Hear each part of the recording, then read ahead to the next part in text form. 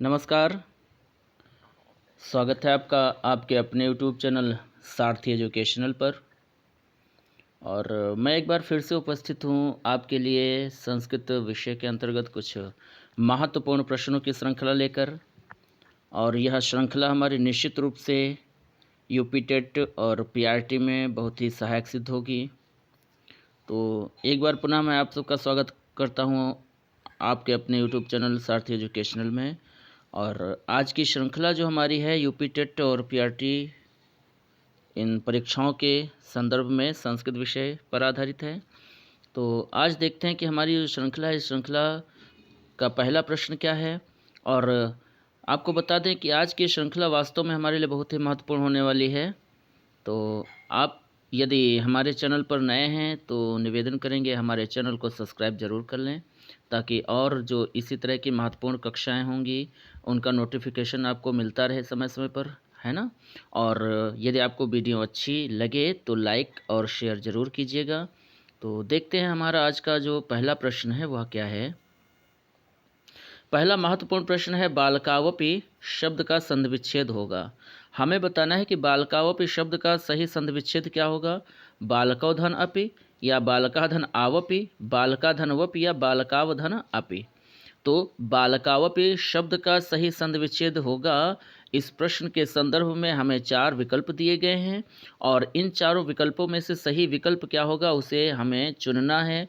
तो यहाँ पर ध्यान दीजिए, बालकावपि शब्द का सही संधिविच्छेद क्या हो जाएगा, बालकौधन अपि। पहला विकल्प हमारा बिल्कुल सही है। ये अयादि संधि का उदाहरण है। और अयादि संधि में हमने पढ़ा कि औ के बाद यदि कोई स्वर आता है औ का क्या हो जाता है, आव हो जाता है ना। औ का क्या आदेश हो जाता है, आव।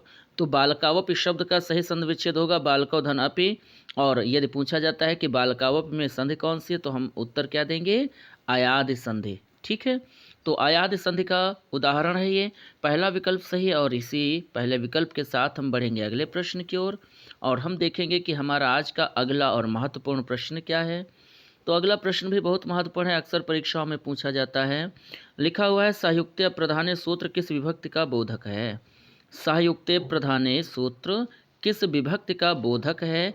हमें बताना है कि साहयुक्ते प्रधाने सूत्र जो है यह किस विभक्ति का है, यह किस विभक्ति का बोध कराता है। द्वितीय विभक्ति का, पंचमी का, चतुर्थी का या तृतीया का। तो ध्यान दीजिए, साहयुक्ते प्रधाने सूत्र किस विभक्ति का है तो हमें सही विकल्प का चुनाव करना है। तो किस विकल्प का, ये किस विभक्ति का सूत्र है, तो देखिए द्वितीया का है, नहीं है। पंचमी का है, नहीं है। सहयुक्त अप्रधाने हमने पढ़ा है तृतीय विभक्ति में। सह अर्थात साथ अर्थ वाले जो शब्द होते हैं, सह, साकम, समम, सार्धम, इन शब्दों के योग में जो अप्रधान कर्ता होता है, अप्रधान कर्ता में सदैव विभक्ति कौन सी लगती है, तृतीया। तो यहाँ पर सही विकल्प हमारा क्या हो जाएगा, तीसरा विकल्प सी वाला विकल्प हमारा बिल्कुल सही विकल्प है। तो साहयुक्ते प्रधाने सूत्र किस विभक्ति का बोधक है, तृतीया विभक्ति का। आगे बढ़ते हैं अगले प्रश्न की ओर और देखते हैं हमारा आज का अगला और महत्वपूर्ण प्रश्न क्या है। तो अगला प्रश्न है, बहुत ही महत्वपूर्ण प्रश्न है, कौन सा स्वर ह्रस्व नहीं होता है। हमें बताना है कि जो हमारे स्वर होते हैं, स्वर के हम लोगों ने 2 भेद पढ़े हैं उत्पत्ति के आधार पर और 3 भेद पढ़े हैं उच्चारण काल या मात्रा काल के आधार पर। तो हमें बताना है कि कौन सा स्वर ह्रस्व नहीं होता। देखिए री, ये तो ह्रस्व होता है, ह्रस्व भी होता है, दीर्घ भी होता है। दीर्घ ऊ लिखा हुआ है तो ये ह्रस्व भी होता है, दीर्घ भी होता है। यहाँ दीर्घ है लेकिन इसका ह्रस्व भी होता है, क्या होता है, छोटा ऊ होता है। अच्छा, लरी जो है ये हमारा केवल ह्रस्व होता है, इसका दीर्घ नहीं होता है, तो ये भी ह्रस्व है। री, ऊ और लरी ये तीनों हमारे ह्रस्व हैं। अब देखिए ओ की यदि हम बात करें तो ये केवल क्या होता है, दीर्घ होता है। ओ हमारा केवल क्या होता है, दीर्घ होता है, इसका कभी भी ह्रस्व नहीं होता है। और हमसे प्रश्न यही किया गया है कि कौन सा स्वर ह्रस्व नहीं होता है, तो हमारा सही उत्तर क्या हो जाएगा, डी, चौथा विकल्प सही हो जाएगा। कौन सा स्वर ह्रस्व नहीं होता है, ओ स्वर हमारा जो है ये ह्रस्व नहीं होता है। बाकी के 3 ह्रस्व भी होते हैं और दीर्घ भी होते हैं ना। हालांकि लरी जो है ये केवल ह्रस्व होता है, इसका दीर्घ नहीं होता है। तो सही उत्तर यहाँ पर हो जाएगा ओ, चौथा विकल्प सही है। आगे बढ़ते हैं अगले प्रश्न की ओर और देखते हैं आज का अगला महत्वपूर्ण प्रश्न क्या है। अगला प्रश्न है अनुरूपम में समास है, हमें बताना है अनुरूपम में समास कौन सा है। तो ध्यान रखिए, जहाँ पर पहला पद प्रधान होता है और क्या होता है, अव्यय होता है। यहाँ पर देखिए अनु क्या है, उपसर्ग है, और उपसर्ग भी क्या होते हैं, अव्यय का ही भेद होते हैं। तो पहला पद उपसर्ग है, अव्यय है, और पहले पद की ही प्रधानता है। अनुरूपम का मतलब है रूपस्य योग्यम, समास कौन सा हो जाएगा, अव्ययी भाव। और हमको ध्यान रखना है, कहीं पर अनु लिखा हुआ है पहले, यदि कहीं पर शब्द में पहले क्या आ जाता है, अनु आ जाता है, प्रति आ जाता है, यथा आ जाता है, ये सारे अव्यय हैं। जैसे यथाशक्तिम होता है, प्रत्येकम है, प्रतिवर्षम है, प्रतिदिनम है, अनुरूपम है ना। तो जहाँ पर इस तरह के शब्द आ जाएंगे वहाँ हमारा समास सदैव कौन सा होगा, अव्ययी भाव होगा। ठीक है, तीसरा विकल्प सही है। अगले प्रश्न की ओर बढ़ेंगे और देखेंगे आज का हमारा अगला प्रश्न क्या है। अगला प्रश्न भी बहुत महत्वपूर्ण प्रश्न है। लिखा हुआ है पितृ शब्द का सप्तमी विभक्ति एक वचन का रूप है। पितृ शब्द बहुत ही महत्वपूर्ण है। पितृ शब्द के रूप खूब पूछे जाते हैं, पितृ के हैं, मातृ के हैं, तो ये रूप हमें याद होंगे, है ना। तो पितृ शब्द का सप्तमी विभक्ति एक वचन का रूप हमें बताना है। क्या होता है, पितृ होता है, पितरि होता है, पिते होता है, या पित्र्याम। देखिए पित्र्याम तो किसी भी विभक्ति में या वचन में होता ही नहीं है ना, और पिते भी नहीं होता है। यहाँ पर सही विकल्प हमारा क्या हो जाएगा, पितरे। पितरे, पित्रोह, पितृषु ये रूप होते हैं। तो पितरी जो है ये सप्तमी विभक्ति एक वचन का रूप है। सही विकल्प हो जाएगा दूसरा वाला, बी वाला। आगे बढ़ेंगे अगले प्रश्न की ओर और देखेंगे आज का अगला महत्वपूर्ण प्रश्न क्या है। और ये देखिए बहुत ही महत्वपूर्ण प्रश्न हमारे मोबाइल की स्क्रीन पर आ चुका है। लिखा हुआ है बगुले को संस्कृत में कहते हैं। हमें बताना है कि बगुले की संस्कृत क्या होती है। चटकः, चटक कहते हैं चिड़ा को। चटक किसको कहते हैं, चिड़ा को। जो नर चिड़िया होती है उसी को हम चिड़ा भी बोलते हैं ना। कपोत कहते हैं कबूतर को। कपोत का मतलब क्या है, तो कपोत का मतलब क्या है, कबूतर है। और काक का मतलब क्या है, तो काक का मतलब होता है कौआ। ठीक है, अब एक ही विकल्प शेष है, कौन सा, बकाहा। तो ध्यान दीजिए, बगुले को संस्कृत में क्या कहते हैं, सही उत्तर हो जाएगा बकाहा। बकाहा मतलब बगुला। दूसरा विकल्प यहाँ पर सही है। अगले प्रश्न की ओर बढ़ेंगे और देखेंगे हमारा आज का अगला और महत्वपूर्ण प्रश्न क्या है। बहुत ही महत्वपूर्ण प्रश्न हमारे सामने हमारे मोबाइल की स्क्रीन पर आ चुका है। हरय क्रुद्धति, हरय क्रुद्धति में हरय में कौन सा कारक है। तो हरय क्रुद्धति, इस वाक्य में जो हरय शब्द है इसमें कारक कौन सा है ये बताना है। तो यहाँ पर कारक कौन सा, देखिए हरय चतुर्थी विभक्ति है, और चतुर्थी विभक्ति में कारक कौन सा होता है, संप्रदान। सही उत्तर क्या हो जाएगा, सी विकल्प सही है, तीसरा विकल्प सही है। आगे बढ़ेंगे अगले प्रश्न की ओर और देखेंगे कि हमारा अगला प्रश्न, देखिए फिर से, देखिए एक बार फिर से आ गया पितृन। पितृ शब्द का रूप है ये, पितृ शब्द का है, बहुत ही महत्वपूर्ण है, खूब पूछा जाता है पितृ शब्द, है ना। पितृ के रूप हमें याद होने चाहिए। पितृन पूछा जा रहा है कि पितृन शब्द में विभक्ति कौन सी है और वचन कौन सा है। तो पितृन में विभक्ति और वचन बताना है। द्वितीय एक वचन होता है, नहीं होता है। द्वितीय एक वचन में क्या होता है, पितरम होता है। तृतीया एक वचन है, बिल्कुल नहीं है, क्योंकि तृतीया एक वचन में पित्रा होता है, और प्रथमा बहुवचन में क्या होता है, पिता, पितरो, पितरह रूप चलते हैं, तो पितरह होता है। एक ही शेष है, कौन सा, द्वितीय बहुवचन। तो पितृन में विभक्ति और वचन बताना है। सही उत्तर क्या हो जाएगा, द्वितीय विभक्ति बहुवचन। दूसरा विकल्प हमारा बिल्कुल सही विकल्प है। आगे बढ़ेंगे अगले प्रश्न की ओर और देखेंगे आज का अगला और महत्वपूर्ण प्रश्न क्या है। तो अगला प्रश्न हमारे मोबाइल की स्क्रीन पर आ चुका है और देखिए देखिए प्रश्न क्या है, चौर भयम पद में प्रयुक्त तत्पुरुष समास किस विभक्ति का है। चौर भयम में प्रयुक्त तत्पुरुष समास, देखिए ये तो बता दिया है कि यहाँ पर चौर भयम में समास कौन सा है, तत्पुरुष है। चौर भयम में समास कौन सा है, तत्पुरुष है, ये तो बता दिया है, प्रश्न में ही बताया जा चुका है। लेकिन हमें बताना है कि तत्पुरुष में जो हम एक भेद पढ़ते हैं व्यधिकरण तत्पुरुष, उसके अंतर्गत ये कौन सा है। द्वितीय तत्पुरुष है, तृतीया है, चतुर्थी है, पंचमी है, षष्ठी है, या सप्तमी है। तो जल्दी से बताएंगे हम लोग कि तत्पुरुष समास का कौन सा भेद है, कौन सी विभक्ति है। चौर भयम में तत्पुरुष समास की किस विभक्ति का प्रयोग हुआ है। तो यहाँ पर देखिए चौर भयम मतलब चौरात भयम। हम लोगों ने अपादान कारक में एक सूत्र पढ़ा था, भीतरार्था नाम भय हेतु। भय और रक्षा के अर्थ में जो भय का कारण होता है उसमें हम विभक्ति कौन सी लगाते हैं, पंचमी लगाते हैं। इसलिए चौर भयम में तत्पुरुष समास किस विभक्ति का है, पंचमी विभक्ति का है, पंचमी तत्पुरुष है यहाँ पर। तीसरा विकल्प हमारा बिल्कुल सही विकल्प है। आगे बढ़ेंगे अगले प्रश्न की ओर और देखेंगे आज का अगला महत्वपूर्ण प्रश्न क्या है। तो अगला महत्वपूर्ण प्रश्न क्या है, सामने आ चुका है मोबाइल की स्क्रीन पर। और देखिए क्या है, ड का उच्चारण स्थान पूछा जा रहा है। ड का उच्चारण स्थान क्या है? कंठ है, तालु है, नासिका या मूर्धा? तो देखिए ड हमारा आता है किस वर्ग में? तो ड आता है टा वर्ग में। किस वर्ग में आता है? टा वर्ग में। और हमने पढ़ा है ऋतु रसाणा मूर्धा, इस सूत्र में पढ़ा है कि टा वर्ग का उच्चारण स्थान क्या होता है? मूर्धा होता है। तो डा का उच्चारण स्थान भी क्या है? टा, ठा, डा, ढाणा, इन सब का उच्चारण स्थान, और री, रा और ये वाला शा मूर्धन्य वाला, इन सब का उच्चारण स्थान क्या होता है? मूर्धा होता है। तो डा का उच्चारण स्थान क्या हो जाएगा? मूर्धा हो जाएगा। चौथा विकल्प सही है। आगे बढ़ेंगे अगले प्रश्न की ओर और देखेंगे अगला महत्वपूर्ण प्रश्न क्या है। उत्तम पुरुष से संबंधित सर्वनाम शब्द है। 4 विकल्प दिए हैं, हमें बताना है कि उत्तम पुरुष से संबंधित सर्वनाम शब्द कौन सा है। देखिए हमने सर्वनाम शब्द पढ़े होंगे तीनों पुरुषों में और तीनों वचनों में। सह तौते ये होता है प्रथम पुरुष। त्वम इवाम यूयम क्या होता है? मध्यम पुरुष। देखिए इवाम मध्यम पुरुष है, ये तो होगा नहीं। सह हमारा प्रथम पुरुष है, ये भी नहीं है। तस्मिन भी नहीं है। सही विकल्प क्या है? वयम। अहम आवाम वयम, अहम आवाम वयम, ये सही विकल्प हो जाएगा। तीसरा विकल्प हमारा सही हो जाएगा। उत्तम पुरुष से संबंधित सर्वनाम शब्द है, कौन सा है? तो वयम है। तीसरा विकल्प सही है। आगे बढ़ेंगे अगले प्रश्न की ओर और हम देखेंगे हमारा अगला प्रश्न क्या है।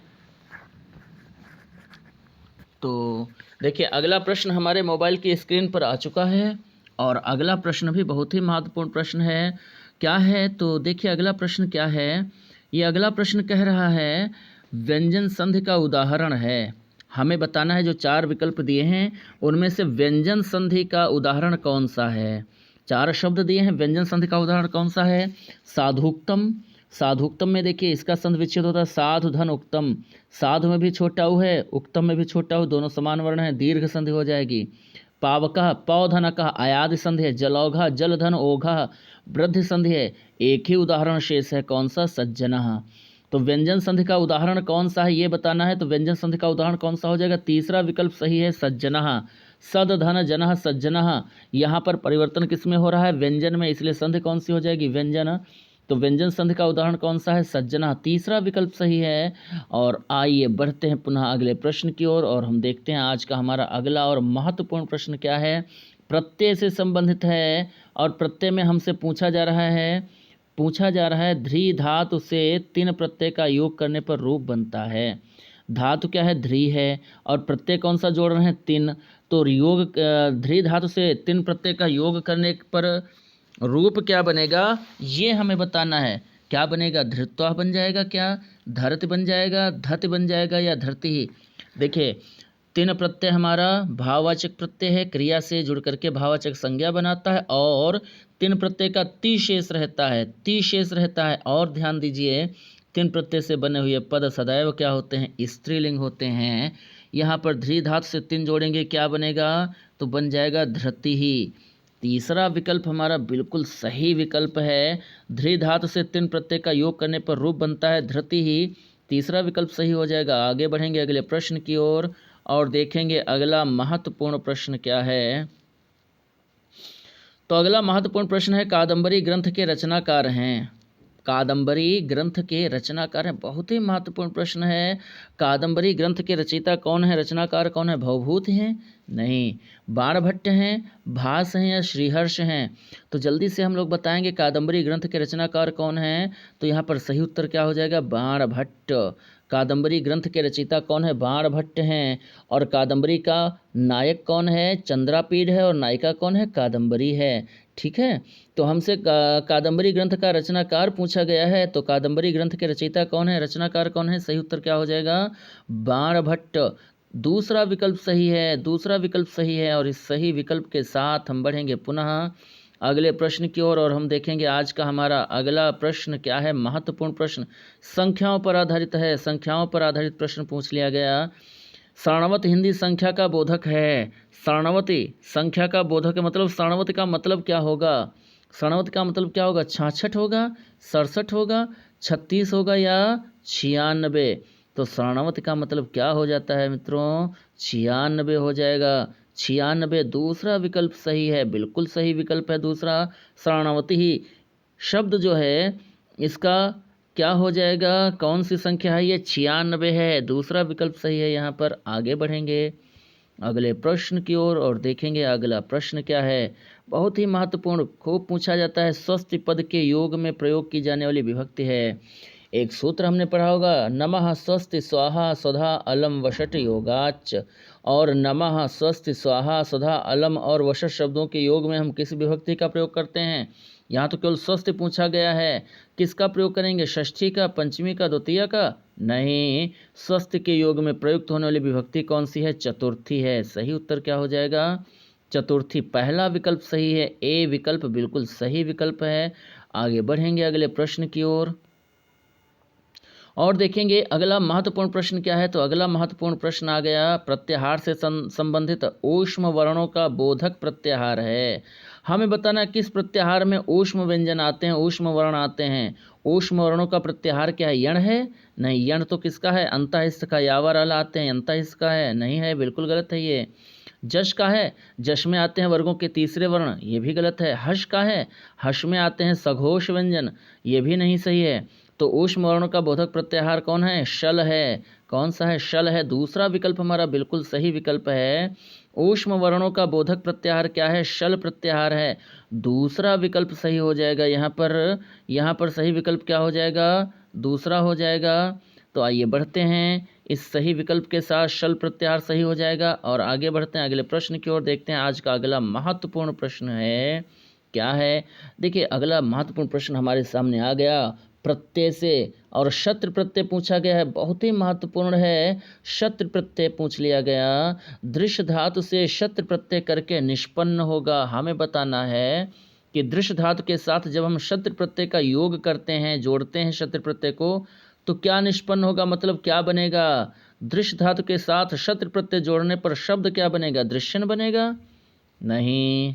दर्शन बनेगा? बिल्कुल नहीं। दृष्टि बनेगा? ये भी नहीं। सही क्या हो जाएगा? पश्यन। दृश्य धातु जो है शत्र प्रत्यय इसके साथ जोड़ेंगे तो पश्यन बनेगा। हमने पढ़ा है शत्र और शानच हमारे वर्तमान कालिक प्रत्यय हैं, निरंतरता का बोध कराते हैं और वर्तमान काल में जो अप्रधान क्रिया होती है उसका रूप बनाने के लिए इनका प्रयोग होता है। और शत्र प्रत्यय सदैव लगता है परस्मैपदी धातुओं के साथ, और इसकी पहचान क्या है? इसका अन शेष रहता है। तो सही उत्तर क्या हो जाएगा? पश्यन। सही उत्तर क्या हो जाएगा? पश्यन हो जाएगा। दूसरा विकल्प सही। आगे बढ़ते हैं अगले प्रश्न की ओर और देखते हैं आज का अगला महत्वपूर्ण प्रश्न है। ये देखिए बहुत ही महत्वपूर्ण प्रश्न आ गया। छ मिलकर बना है। संयुक्त व्यंजन छ किसके योग से बनता है? का और शा के योग से, का और छा के योग से, चा और छा के योग से, या चा और शा के योग से? तो जल्दी से हमें बताना है कि छ किसके योग से मिलकर बना है? का और शा के योग से। पहला विकल्प बिल्कुल सही विकल्प है। आगे बढ़ेंगे अगला प्रश्न देखेंगे। अगला प्रश्न बहुत ही महत्वपूर्ण है, वाच्य से संबंधित है और पूछा गया है, मैं बाजार जाता हूँ। मैं बाजार जाता हूँ, इसका संस्कृत में कर्मवाच्य क्या होगा? ध्यान दीजिए, हिंदी में नहीं पूछा गया है, किसमें? संस्कृत में। तो अब संस्कृत का पेपर है तो संस्कृत में ही पूछा जाएगा, है ना। तो मैं बाजार जाता हूँ, इस वाक्य का संस्कृत में कर्मवाच्य होगा। कौन सा वाच्य पूछ रहे हैं? कर्मवाच्य। ध्यान दीजिए, कर्मवाच्य के संदर्भ में हमने पढ़ा है, कर्मवाच्य के कर्ता में हम विभक्ति कौन सी लगाते हैं? तृतीया। तो मैं का हो जाएगा? मया। मैं का मया हो जाएगा, है ना। अहम जो है ये प्रथमा है और मह्यम मतलब ये भी जो है आपका नहीं हो जाएगा। ये सही क्या हो जाएगा? मैं का तृतीया में माया हो जाएगा। माया मतलब मेरे द्वारा। बाजार आपणम हो जाएगा और क्रिया लगती है आत्मनेपद, प्रथम आत्मनेपद की लगती है ना। और किसके अनुसार? कर्म के अनुसार लगती है। तो कर्म है प्रथम पुरुष एक वचन, तो क्रिया भी हो जाएगी प्रथम पुरुष एक वचन। कुल मिलाकर के सही विकल्प हमारा क्या है? मया आपणम गम्यते। मेरे द्वारा बाजार जाया जाता है। मया आपणम गम्यते, मैं बाजार जाता हूँ, इस वाक्य का संस्कृत में कर्मवाच्य वाक्य हो जाएगा। बी विकल्प हमारा बिल्कुल सही विकल्प है, मया आपणम गम्यते। आइए बढ़ते हैं अगला प्रश्न देखते हैं क्या है। अगले प्रश्न की ओर बढ़ चलते हैं। देखिए बहुत ही महत्वपूर्ण प्रश्न फिर से आ गया। सारे प्रश्न बहुत महत्वपूर्ण हैं और इस तरह के प्रश्नों का यदि हम निरंतर अभ्यास करते रहें तो आपको बता दें, चाहे यूपी टेट हो या आपका पीआरटी हो, सफल होने से कोई रोक नहीं सकता है। दुनिया की कोई ताकत ऐसी नहीं जो हमको सफलता प्राप्त करने से रोक सके। बस शर्त यह है कि हम इस तरह के महत्वपूर्ण प्रश्नों का निरंतर अभ्यास करते रहें और अभ्यास जो होता है सबसे महत्वपूर्ण होता है। अभ्यास का कोई विकल्प नहीं है और जितना अधिक अभ्यास करेंगे, करत करत अभ्यास के जड़मति हो ही सुजान, रसरी आवत जात ते सिल पर पड़त निशान। जो लोग कहते हैं कि संस्कृत बहुत कठिन है, आप देख रहे हैं कितने सरल प्रश्न आ रहे हैं, कितनी सरल भाषा है ना। तो कतई कठिन नहीं, बस आवश्यकता है कि इसकी अभ्यास की। तो हम लोग ऐसे ही रोज़ अभ्यास करते रहेंगे और देखते हैं हमारा आज का प्रश्न क्या है। उपोषित में संधि है।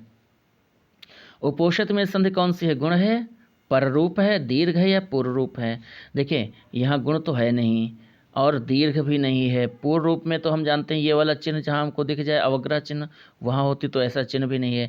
यहाँ पर एक ही विकल्प सही है, कौन सा? पररूप। हमने पढ़ा है उपधन औषति, उपधन औषति परिभाषा पढ़ी है।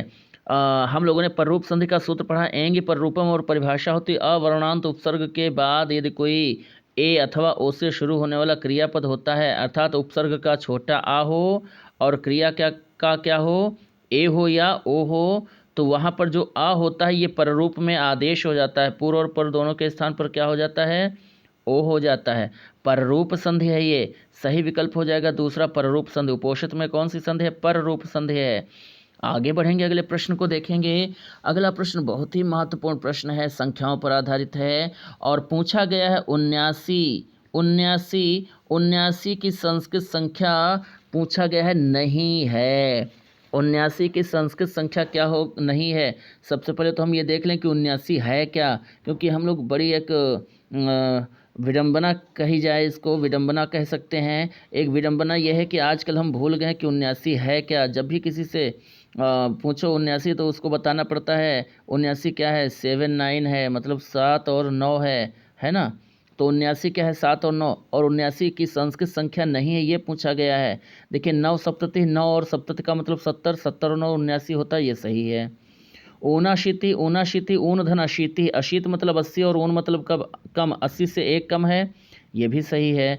एकोनाशीति, 80 से 1 कम है, ये भी सही है। लेकिन एकोन सप्तति का मतलब होता है 70 से 1 कम, और 70 से 1 कम क्या होता है? 69 होता है। और पूछा क्या गया है? 79, ये पूछा गया है। तो यहाँ सही विकल्प क्या हो जाएगा? 79 की संस्कृत संख्या कौन सी नहीं? एकोन सप्तति, ये वाला सही हो जाएगा। चौथा, एकोन सप्तति 79 नहीं होता, बल्कि एकोन सप्तति क्या होता है? 69 होता है। और पूछा क्या गया है? 79 का ये भी होता है, ये भी होता है और ये भी होता है, केवल क्या नहीं होता है? चौथा विकल्प सही है।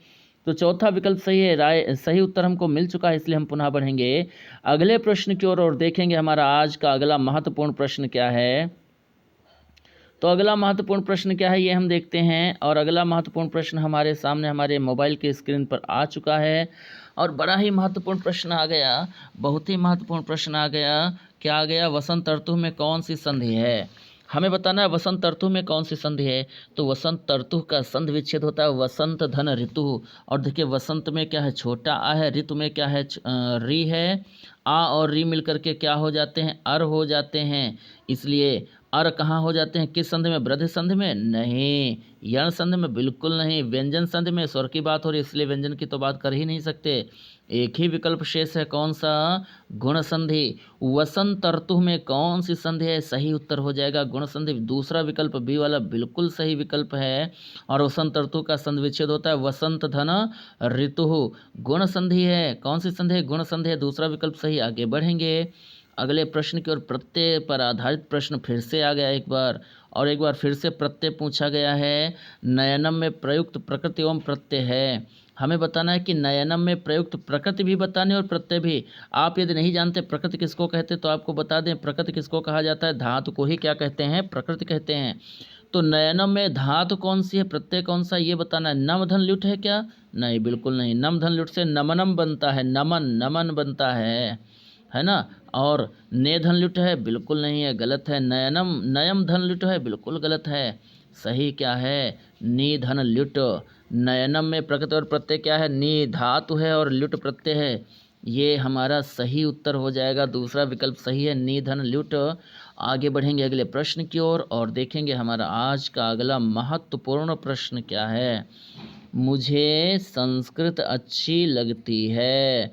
बिल्कुल अच्छी लगती है। और मुझे क्यों, सबको अच्छी लगती है। संस्कृत हमारी क्या है, सभी भाषाओं की जननी है, इसलिए संस्कृत अच्छी लगती है। लेकिन बात यहाँ पर क्या की जा रही है, मुझे संस्कृत अच्छी लगती है, इसका संस्कृत में अनुवाद क्या है।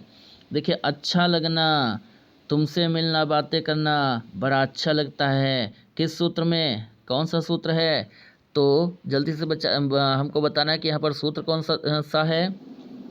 तो हम लोगों ने एक सूत्र पढ़ा है, रुच्यर्था नाम प्रियमाणा। चतुर्थी विभक्ति में एक सूत्र है रुच्यर्था नाम प्रियमाणा, और उसमें हमने पढ़ा है कि रुच धातु के, रुच अर्थ वाली धातुओं के योग में जो प्रियमाण व्यक्ति होता है, जो प्रसन्न होने वाला होता है, जिसको कोई काम अच्छा लगता है, उसमें विभक्ति कौन सी लगाते हैं, चतुर्थी, है ना। तो यहाँ मुझे संस्कृत अच्छी लगती है, इसका सही अनुवाद क्या हो जाएगा, मह्यम संस्कृतम रोचते। मह्यम संस्कृतम रोचते, मुझको संस्कृत अच्छी लगती है। मह्यम संस्कृतम रोचते। तीसरा विकल्प बिल्कुल सही विकल्प है। यहाँ पर मह्यम में चतुर्थी है और रोचते रुच धातु की बात कर रहे हैं, तो मह्यम संस्कृतम रोचते तीसरा विकल्प यहाँ बिल्कुल सही विकल्प है। आगे बढ़ेंगे अगले प्रश्न की ओर। बहुत ही महत्वपूर्ण प्रश्न है, साहित्य से संबंधित है। ध्यान दीजिए, प्रश्न क्या है, निम्न में से प्रश्न क्या है तो प्रश्न है, निम्न में कौन चतुर्विंशति साहस्री संहिता के नाम से ख्यात है, मतलब प्रसिद्ध है। निम्न में से कौन चतुर्विंशति साहस्री संहिता के नाम से प्रसिद्ध है। रामायण है, महाभारत है, बृहदारण्यकोपनिषद है, या ब्रह्मांड पुराण है। देखिए, महाभारत में 1,00,000 श्लोक हैं और 1,00,000 को हम 100,000 के नाम से भी जानते हैं, तो महाभारत को शत साहस्री संहिता कहा जाता है। लेकिन चतुर्विंशति साहस्री संहिता मतलब 24,000 की बात की जा रही। कितने हज़ार की, 24,000 की। और 24,000 श्लोक किस में है, रामायण में है।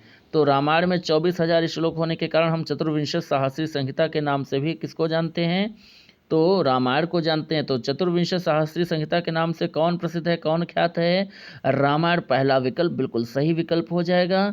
आगे बढ़ेंगे अगले प्रश्न की ओर, और अगला प्रश्न पढ़ने से पहले, अगला प्रश्न जो है इसका सही उत्तर क्या होगा ये बताने से पहले एक बार पुनः आपको बता दें, यदि आप हमारे इस चैनल पर नए हैं तो इस चैनल को सब्सक्राइब जरूर कर लें, और वीडियो अच्छी लगी है तो लाइक और शेयर ज़रूर करें। आपका लाइक और शेयर हमारा उत्साह बढ़ाएगा, हम उत्साहित महसूस करेंगे और हम प्रेरित होंगे इसी प्रकार के और वीडियो लाने के लिए।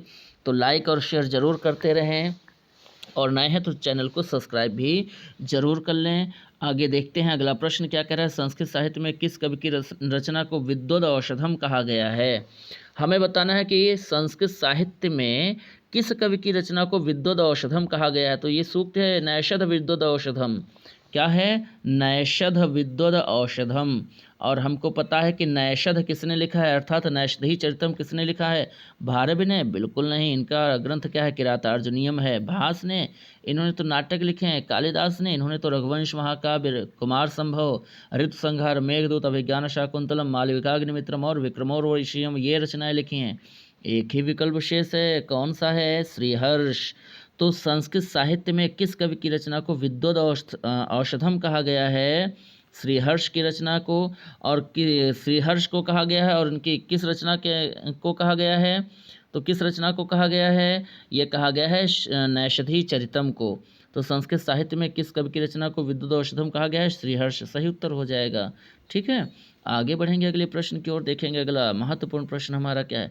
बहुत ही महत्वपूर्ण प्रश्न है, श्रीमद् भगवद गीता में कुल कितने अध्याय हैं। हमें बताना है, श्रीमद् भगवद गीता इस ग्रंथ में कुल अध्याय कितने हैं, 15 हैं, 20 हैं, 16 हैं या 18। तो देखिए, ना तो 15 हैं, ना 20 हैं, ना 16 हैं, लेकिन हैं कितने, 18 जरूर हैं। इसलिए सही उत्तर हमारा हो जाएगा दूसरा विकल्प, बिल्कुल सही विकल्प हो जाएगा, बी विकल्प सही है। श्रीमद् भगवद गीता में कुल कितने अध्याय हैं, 18 अध्याय हैं। आगे बढ़ें अगले प्रश्न की ओर। तो अगला प्रश्न हम देखते हैं क्या है, बहुत ही महत्वपूर्ण प्रश्न आ गया, संधि पर आधारित है। संधि पर आधारित और एक नए प्रकार का प्रश्न है, सकार का शकार से योग होने पर क्या परिवर्तन होता है। हमें बताना है सकार, सकार का मतलब है ये दंत वाला सा, और इस दंत सा का योग जब होता है किसके साथ, तालव्य सा के साथ, मतलब शकार के साथ। तो सकार का शकार से योग होने पर क्या परिवर्तन होता है, सकार का रेफ हो जाता है, सकार का शकार हो जाता है, सकार का सकार हो जाता है, सकार का विसर्ग हो जाता है। तो जल्दी से हमें बताना है कि सही उत्तर क्या हो जाएगा। तो देखिए, जब दंत सा का योग तालव्य सा से होता है तो दंत सा बदल जाता है किसमें, तालव्य सा में। दंत सा किसमें बदल जाता है, दंत सा का योग जब होता है किसके साथ, तालव्य सा के साथ, तो दंत सा बदल जाता है किसमें, तालव्य सा में बदल जाता है ना। जैसे हम पढ़ते हैं दुष्धन शासनम, दुष्धन शासनम, है ना। तो यहाँ पर देखिए दुष्धन शासनम क्या हो जाता है, दुशासनम हो जाता है। ये दंत सा तालव्य सा में बदल जाता है, इसलिए सही उत्तर क्या हो जाएगा, सकार का शकार हो जाता है। दूसरा विकल्प सही है। और बढ़ेंगे अगले प्रश्न की ओर। अगला महत्वपूर्ण प्रश्न है, परिमाण मात्र में कौन सी विभक्ति है। तो परिमाण मात्र में विभक्ति कौन सी है, प्रथमा, चतुर्थी, द्वितीय या पंचमी। हमने एक सूत्र पढ़ा है, प्रथमा विभक्ति में प्रातिपदिकार्थ लिंग परिमाण वचन मात्र, और इस सूत्र के अनुसार परिमाण मात्र में कौन सी विभक्ति होती है, प्रथमा होती है। पहला विकल्प बिल्कुल सही विकल्प है। और ये हमारा आज की श्रृंखला का अंतिम महत्वपूर्ण प्रश्न था। तो हमारी आज की ये महत्वपूर्ण श्रृंखला यहीं पर समाप्त होती है। हम फिर से मिलेंगे एक नई श्रृंखला के साथ अगले वीडियो में, एक नए जोश और नए उत्साह के साथ। लेकिन उससे पहले आप हमारे साथ बने रहे। इस वीडियो को आपने इतने मनोयोग से देखा, ध्यान से देखा, इसके लिए आपका बहुत बहुत धन्यवाद, आपका हृदय से आभार। और आपसे पुनः एक बार निवेदन है, यदि आप नए हैं तो चैनल को सब्सक्राइब जरूर करें और इस वीडियो को ज़्यादा से ज़्यादा लाइक और शेयर करें, ताकि और लोग भी इस वीडियो के साथ जुड़ सकें, हमारे साथ जुड़ सकें। और पुनः एक बार आपका धन्यवाद ज्ञापित करते हैं और फिर मिलते हैं नई वीडियो में नए टॉपिक के साथ, नए प्रश्नों के साथ। तब तक के लिए आपका दिन मंगलमय हो, रात्रि शुभ हो, शुभ रात्रि। धन्यवाद। जय हिंद, जय भारत।